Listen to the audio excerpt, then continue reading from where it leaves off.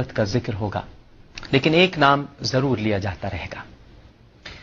اور لوگوں کو یاد آئیں گے وہ مناظر جب ایک شخص عشاء کی نماز کے بعد تقریر شروع کرتا تھا تو فجر تک اس کا خطاب جاری رہتا تھا، اور لوگ تلاش کرتے تھے اس میں حکمت کے موتی۔ امیر شریعت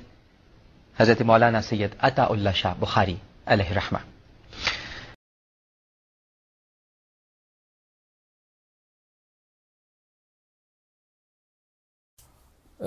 ہمارے استاد مکرم غلام باری سیف صاحب، جو ہمارے علم کلام کے استاد تھے جامعہ احمدیہ کے دوران، طالب علم کے دوران، انہوں نے خود واقعہ سنایا کہ عطا اللہ شاہ بخاری جن دنوں بیمار تھا تو وہ کہتے ہیں کہ حضرت خلیفۃ ثانی نے، یا یوں کہیے کہ جماعت کی طرف سے حضور کا ارشاد تھا، ظاہر ہے ان کی ڈیوٹی لگائی گی کہ شاہ صاحب کو، عطا اللہ شاہ بخاری کو کچھ دوائیاں اور کچھ پیسے نقدی جو ہیں وہ پہنچایا جائے جہاں وہ ہاسپٹل میں ایڈمٹ تھے۔ تو مولوی صاحب نے ہمیں بتایا کہ غلام باری صاحب سیف نے کہ میں وہاں ہاسپٹل میں گیا، میں نے دیکھا کہ 2-3 آدمی، ان کا بیٹا تھا، کچھ 2-3 آدمی تھے، بس اتنا ہی۔ ایک زمانہ تھا کہ وہ ہندوستان میں اور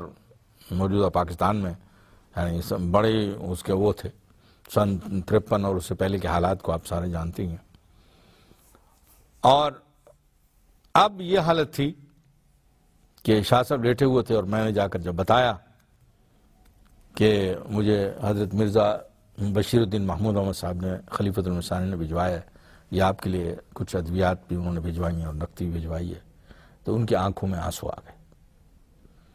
پھر میں نے کہا کہ شاہ صاحب وہ ایک دنیا، ایک جہان آپ کے پیچھے بھاگتا تھا، وہ کیا ہوئے؟ لوگ کہاں ہیں؟ ہم باہر 2-3 آدمی کھڑے ہوئے۔ تو شاہ صاحب نے اپنی زبان باہر نکالی اور اشارہ کیا اپنی زبان کی طرف کہ جب تک یہ کتیا بھونکتی رہی ایک جہان اکٹھا ہوتا تھا، میرے پیچھے لوگ آتے تھے، جب سے یہ خاموش ہو گئی ہے چونکہ بیماری کی وجہ سے، اب کسی کو یہ معلوم نہیں کہ میں کہاں ہوں اور کہاں پڑا ہوا ہوں۔ یہ کہہ کہ پھر وہ آنسوں میں ڈوب گئے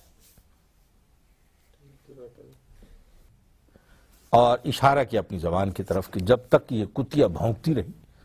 ایک جہان اکٹھا ہوتا تھا، میرے پیچھے لوگ آتے تھے۔ دور لیا جاتا رہے گا، اور لوگوں کو یاد آئیں گے وہ مناظر جب ایک شخص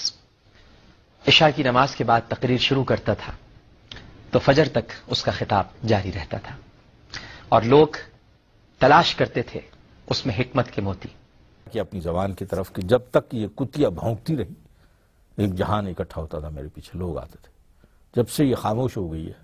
چونکہ بیماری کی وجہ سے، اب کسی کو یہ معلوم نہیں کہ میں کہاں ہوں اور کہاں پڑا ہوا ہوں۔ یہ کہہ کہ پھر وہ آنسوں میں ڈوب گئے